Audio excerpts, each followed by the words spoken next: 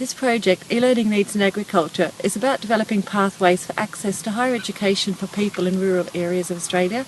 These are people for whom education has previously been unattainable and therefore unable to access qualifications as a consequence either of their remoteness or isolation.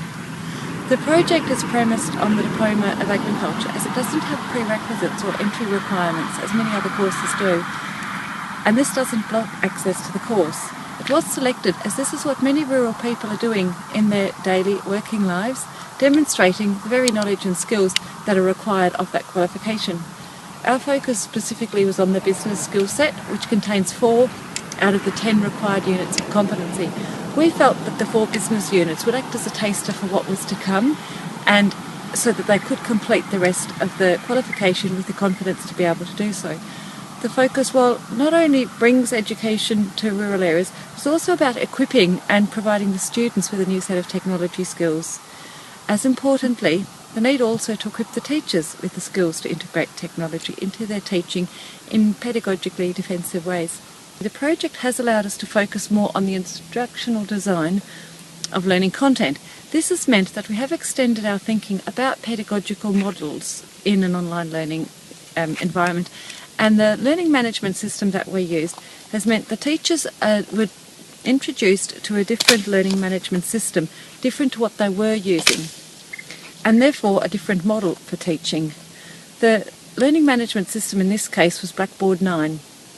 Comparisons were made between these platforms, and while the former was being used for lower Australian qualification framework levels, the need to enhance learning for higher levels became apparent. The ability to self-evaluate the range of learning management systems therefore was quite important, as what is appropriate for one learner group may not be appropriate for another, and we sought feedback from the students to negotiate ways to enhance the structure of delivery for rural people. We were able to explore a range of new software to enhance the visual representation of the content using Adobe Acrobat Pro 9.3 and a range of other software. We developed learning guides accompanied by relevant and interesting videos, audios and realistic photographs in farming areas. We discovered apps, transcription software, wikis. We uploaded video and dropbacks for the farmers to enhance their technological repertoire of knowledge and to enhance the learning and teaching for the students.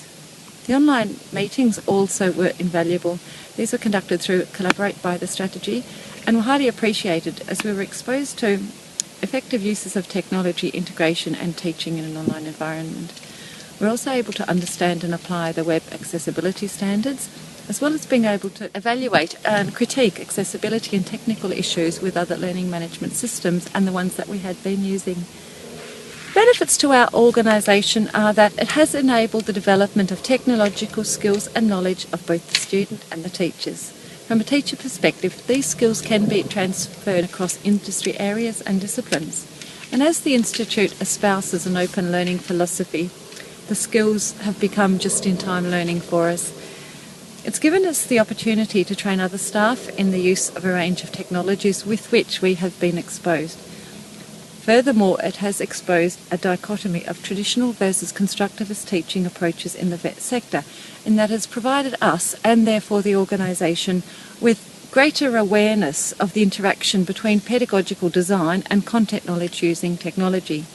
In sum, it has exposed tensions within the TPAC framework, the Technology, Pedagogy and Content Knowledge Framework, where to provide interesting, motivating and engaging learning experiences using technology doesn't require the use of sophisticated technology.